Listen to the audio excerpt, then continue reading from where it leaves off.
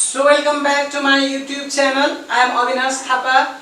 So हामी dimension मा थियौं र फोर्स को डाइमेन्सन्स गर्दै थियौं. सो आज हेरौं त फोर्स लाई हेरौं त आज फोर्स है फोर्स लाई यहाँ फेरि इन्डिकेट गर्न सकिन्छ. फोर्स भनेको यहाँ हो र यसको नर्मल फर्मुला हामीले 19 मा पनि पढेको फर्मुला भयो m * a है. सो यसको युनिट हेरौं त मास भनेको केजी भयो है. a भनेको metre per second square, acceleration को मिटर पर सेकेन्ड स्क्वायर. यो मास को युनिट भयो, यो एक्सेलरेसन को युनिट भयो. हेर त यो a चाहिँ होल के हो त भन्दाखेरि डिराइभ युनिट हो है. यसलाई अर्को भाषामा के पनि भन्न सकिन्छ, यसलाई न्युटन पनि भन्न सकिन्छ है. यो नलेखिकन न्युटन पनि लेख्न सकिन्छ, तर हामीले डाइमेन्सन निकाल्नु पर्ने छ, त्यही भएर हामीले एसआई मा लेखेको. न्युटन पनि एसआई त एसआई हो, तर यसको कम्बिनेसनको रूपमा के हो न्युटन आउँछ.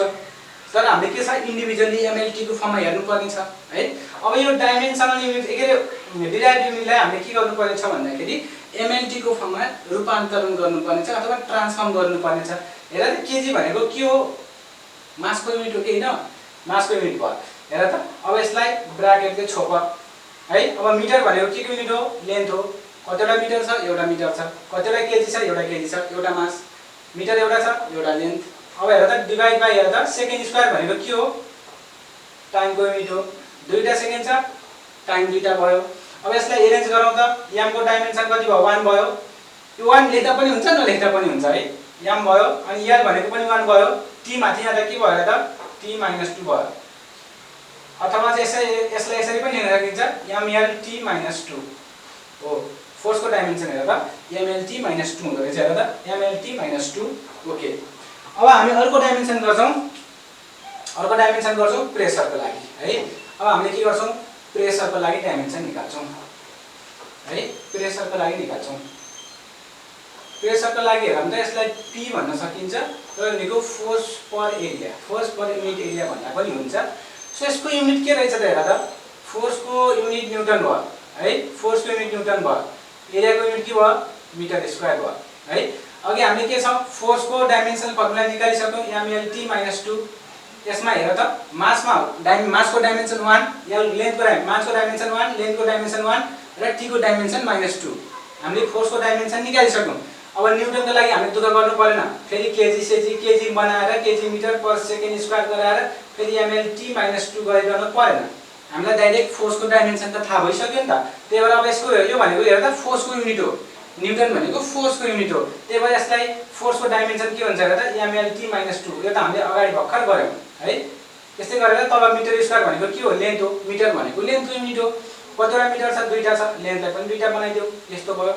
अब अझै गरेर त यसलाई एरेन्ज गरौँ त l माथि 1 छ, तल 2 छ. माथि जाँदाखेरि के हुन्छ, l - 1 भयो र t - 2 भयो. This is the dimension for the pressure अथवा मास को डाइमेन्सन 1, l को डाइमेन्सन -1, t को डाइमेन्सन -2 है. यो चाहिँ होल के हो, डिराइभ युनिट हो. डिराइभ युनिटलाई के छ mlt को फर्ममा लाने हो. mlt को फर्ममा लएपछि के हुन्छ, त्यसको पावर हेर्ने हो. इन्डिभिजुअल mlt को पावर हेर्ने हो भने त्यो पावरलाई हामीले डाइमेन्सन भन्ने हो. हेर त पावरमा के छ, m को पावरमा 1 छ, m को डाइमेन्सन 1 भयो, l को डाइमेन्सन -1 भयो, t को डाइमेन्सन -2 भयो. हेर त m l - 1 t - 2 प्रेसर को डाइमेन्सन भयो. अब प्रेसर को डाइमेन्सन भइसकेपछि अब हामी गर्छौं वर्क है. वर्क भनेको w इन्डिकेट गरायौं है. फोर्स इन्टु डिस्टेन्स है. फोर्स इन्टु डिस्टेन्स पनि भन्न सकियो अथवा फोर्स इन्टु डिस्प्लेसमेन्ट पनि भन्न सकियो है. डिस्प्लेसमेन्ट पनि भन्न सकियो. यसको युनिट के छ हेर त फोर्स को युनिट त न्युटन नै हुन्छ नि है. न्युटन. डिस्टेन्स भनेको लेन्थ हो. लेन्थ को युनिट मिटर भयो है, न्युटन मिटर भयो. अब यो एजेहरु के भयो भन्दाखेरि डिराइभ युनिट भयो है. एजे होल डिराइभ युनिट भयो. अब डिराइभ युनिटलाई हामीले एमएलटी को फर्ममा लानु पर्यो. न्युटन भनेको हेर त हामीले एमएलटी को फर्ममा mlt - 2 त भर्खर निकालिसक्यौं है. अनि यो मिटर भनेको के युनिट हो, लेन्थ को युनिट हो. अब यो l मा आयो है. अब यसलाई एरेन्ज गरौँ त m एउटा l दुईटा l भयो, ml2 t - 2 है. हेर त ओर को डाइमेन्सन के भयो, ml2 t - 2. मास को डाइमेन्सन 1, लेन्थ को डाइमेन्सन 2 र टाइम को डाइमेन्सन -2. हेर त ओर को हेर त ml2 t - 2 है. यो पनि ठीक छ. त्यस्तै गरेर इनर्जी भनेको के हो भन्दाखेरि योगदान गर्न सक्ने क्यापासिटी हो है. योगदान गर्न सक्ने क्यापासिटीलाई हामीले एनर्जी भन्छौं र वर्क र एनर्जी को के छ, वर्क र एनर्जी को डाइमेन्सन फर्मुला के हुन्छ, सेम हुन्छ है। यसको के हो युनिट पनि के हुन्छ सेम हुन्छ, यसको युनिट पनि के हुन्छ जुल हुन्छ है, दुवैको युनिट जुल हुन्छ र दुवैको डाइमेन्सन फर्मुला पनि के हुन्छ सेम हुन्छ mL2 t - 2 है। इनर्जीको लागि पनि भयो। अब फेरि पावरको लागि गर्दियौ, पावरको लागि गर्दियौ, पावर भनेको के हो वर्क डन बाइ टाइम हो है। पावर भनेको वर्क डन बाइ टाइम हो। वर्क डन भनेको के हो हेर त, वर्क डन भनेको F इन्टु वर्क डनको युनिट के छ हेर त, अघि हामीले वर्क डनको युनिट हेर त के लेखेका थियौं न्युटन मिटर लेखेका थियौं है, न्युटन मिटर लेखेका थियौं। तल टाइम छ, टाइमको युनिट सेकेन्ड भयो। यो के भयो डिराइभ युनिट भयो। अब यो डिराइभ युनिटलाई हामीले के गर्नुपर्छ mLT को फर्ममा चेन्ज गर्ने त हो है। अब यो डिराइभ युनिटलाई के गर्नुपर्छ हामीले mLT को फर्ममा चेन्ज गर्ने हो। न्युटन भनेको के को युनिट हो फोर्सको युनिट हो। फोर्सको युनिट भएपछि के हुन्छ फोर्सको डाइमेन्सन फर्मुला mLT - 2 हामीले गरिसकेका छौं। अब यो डिराइभ युनिटलाई हामीले mLT को फर्ममा चेन्ज गर्ने हो है। अनि यसलाई यसको हामीले पावर हेर्ने भने के दिन्छ डाइमेन्सन दिन्छ। अब मिटरको हेर त, न्युटन मिटरको हेर त, मिटर भनेको के हो लेन्थको युनिट हो। लेन्थलाई बक्समा राख र डिभाइड बाइ सेकेन्ड भनेको के हो टाइमको युनिट हो है। सेकेन्ड भनेको के हो टाइमको युनिट हो। अब यति भइसके पछाडी अब यसलाई एरेन्ज गर्ने त हो। m हेर त यहाँ एउटा l दुईटा भयो mL2 यो t - 1 छ -2 मा छ, t को पावर -2 छ, तल एउटा t छ, t यो माथि जाँदाखेरि -1 हुन्छ, -1 भएपछि यो -2 सँग जोडिँदाखेरि के भयो t को पावर -3 भयो। This is the dimension formula for the power. हेर त mL2 t - 3 this is the dimension formula for the power. अब पावरको डाइमेन्सन आइसके पछाडी ग्रेभिटेसनल कन्स्टेन्ट है, ग्रेभिटेसनल कन्स्टेन्ट g को डाइमेन्सन फर्मुला के हो भनेर सोधेको छ। हामीलाई के थाहा छ त भन्दाखेरि दुईवटा बडीजहरु के छ, दुईवटा बडीज ह्याभिङ मास m1 m2 लाई हामीले के छ सेन्टर बीचको डिस्टेन्स r को डिस्टेन्समा सेपरेट गरेर राखेका छौं र तिनीहरु बीचमा लाग्ने ग्रेभिटेसनल फोर्स भनेको के हुन्छ यहाँ भनेको gm1 m2 r स्क्वायर अथवा d स्क्वायर है। 9 10 तिर d स्क्वायर राखेर पढ्या होला, r स्क्वायर राख्दा पनि त्यही हो है। डिस्टेन्स भनेको पनि लेन्थै भयो, यो रेडियस भन्दा पनि अझै सेन्टर बीचको डिस्टेन्स है। दुईवटा मासको सेन्टर बीचको डिस्टेन्सलाई r भनिन्छ है। r भने पनि त्यही हो, d भने पनि त्यही हो, एउटै कुरा भयो। अब हामीलाई चाहिएको डाइमेन्सन g को, g लाई यस्तो गर्दाखेरि के हुन्छ f r square by m1 * m2 हुन्छ है, m1 * m2 हुन्छ। अब यसको युनिट हेर त, फोर्सको युनिट न्युटन भयो। यो रेडियस भन्नाले अब दुईवटा मास बीचको दुईवटा मासको सेन्टर है, दुईवटा मासको सेन्टर बीचको डिस्टेन्स हो यो r भनेको। लेन्थको हो है, लेन्थ हो। लेन्थ भनेको के भयो मिटर भयो। मिटर कतिवटा छ हेर दुईटा छ, metre square newton metre square. अब यो मास भनेको के हो केजी कतिवटा केजी छ दुईटा केजी छ हेर त यो आयो। अब यसलाई अब यो के भयो भन्दाखेरि डिराइभ युनिट भयो है, डिराइभ युनिट भयो। अब हामीले यसलाई mLT को फर्ममा लानु पर्यो। mLT को फर्ममा लए पछाडी त्यो mLT को इन्डिभिजुअल पावर के छ हो त्यो पावरलाई हामीले के भन्छौं डाइमेन्सन भन्छौं। अब यसलाई mLT को फर्ममा लानु पर्ने के छ हेर त, अब लानु पर्छ mLT को फर्ममा। न्युटन भनेको फोर्सको युनिट हो। फोर्सको डाइमेन्सन फर्मुला हामीले mLT मा mLT - 2 निकालिसकेका छौं। हेर त मिटर भनेको के हो लेन्थको युनिट हो। कतिवटा मिटर छ दुईटा, लेन्थ कति हुनु पर्यो दुईटा हुनु पर्यो। केजी भनेको के को युनिट हो मासको युनिट हो है। केजी दुईटा छ, मास पनि दुईटा हुनु पर्यो, मास पनि दुईटा हुनु पर्यो। अब यसलाई अझै एरेन्ज गरौँ। अब एरेन्ज गरौँ त। हेर त माथि एउटा मास छ तल दुईटा मास छ। एउटा माथि जाँदा के हुन्छ एउटा -1 हुन्छ, मासको पावर -1 हुन्छ। हेर त यो 2 माथि जाँदाखेरि के हुन्छ 1 बाट 1 - 2 हुन्छ। 1 - 2 भनेको -1 भयो है।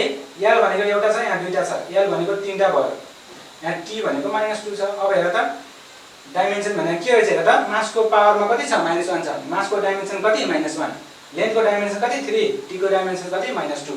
हेर त ग्रेभिटेसनल कन्स्टेन्ट भनेको m - 1 l3 t - 2 ग्रेभिटेसनल कन्स्टेन्टको पनि आयो है।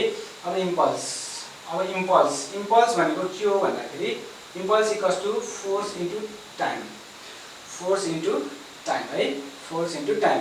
अब यसको युनिट के हुन्छ न्युटन सेकेन्ड हुन्छ है। फोर्सको युनिट हामीले न्युटन भन्ने थाहा छ नि त। अब यो के भयो डिराइभ युनिट हो। अब डिराइभ युनिट हामीले के गर्छौं mLT को फर्ममा लेख्छौं र mLT को पावर इन्डिभिजुअल पावर हेर्छौं, त्यो पावरलाई हामीले डाइमेन्सन भनेको हो। सो न्युटन भनेको फोर्सको युनिट हो है। फोर्सको युनिट फोर्सको डाइमेन्सन फर्मुला mLT - 2 है। mLT को फर्ममा यस्तो आएको छ। सेकेन्ड भनेको के हो टाइम हो, एउटा सेकेन्ड छ एउटा टाइम भयो। अब हेर त यसको के हुन्छ m लाई यमै राखौं, l एउटा l छ एउटा l राखौं, t - 2 t को पावर -2 t को पावर 1, यहाँ t को माथि केही छैन भने 1 हो नि त। सो -2 + 1 भनेको t - 1 भयो। हेर त डाइमेन्सन अफ इम्पल्स भनेको के भयो हेर त ml t minus 1 भयो डाइमेन्सन अफ इम्पल्स र फाइनल्ली इम्पल्स भयो इम्पल्स पछाडि अब फाइनल्ली एंगल है एंगलको डाइमेन्सन के हुन्छ एंगलको डाइमेन्सनै भेटिदैन है एंगल भनेको डाइमेन्सनलेस क्वान्टिटी हो र हामीले असाइनमेन्ट यसरी लेख्यौं है अब मैले यहाँ कति 14 वटा फिजिकल क्वान्टिटिजको डाइमेन्सन्स निकालिरहँदा सरासर डाइमेन्सन स्वाई निकालेछ सधैँ भन्ने कुरा हुन सक्छ है यो डाइमेन्सनको च्याप्टर भएर मैले के डेमोहरु देखाएको है डाइमेन्सन त तिमीहरुले त धेरै गर्नुपर्ने हुन्छ है डाइमेन्सन यति मात्रै छैन धेरैको छ मैले चाहिँ डाइमेन्सनको च्याप्टर भएर हल्का डेमो कसरी गर्ने भन्ने कुरा चाहिँ देखाइदिएको तिमी हैन प्रत्येक च्याप्टरमा के पढ्दै जान्छौ भन्दाखेरि नयाँ फिजिकल क्वान्टिटी पढ्दै जान्छौ है नयाँ फिजिकल क्वान्टिटी पढ्दै जाँदाखेरि तिमीले के पत्ता लगाउँछौ भन्दाखेरि नयाँ असाइनमेन्टहरु भेट्दै जान्छौ है डिफरेन्ट फिजिकल क्वान्टिटीको लागि डिफरेन्ट असाइनमेन्ट भेट्दै जान्छौ अब डिफरेन्ट असाइनमेन्ट भएपछि के हुन्छ डिफरेन्ट डाइमेन्सन फर्मुला फेरि भेटिदै जान्छ अथवा हामीले के गर्न सक्छौं भन्दाखेरि च्याप्टर वाइज डाइमेन्सन हैन फिजिकल क्वान्टिटिजको डाइमेन्सन गर्दै जाँदा पनि हुन्छ तर यो डाइमेन्सनको च्याप्टर भएको कारणले गर्दाखेरि मैले के डाइमेन्सन चाहिँ निकाले अब नेक्स्ट क्लासमा चाहिँ हामी के गर्छौं भन्दाखेरि अब होमोजेनिटीबाट चाहिँ के छ हामी डाइमेन्सन निकाल्न सिक्छौं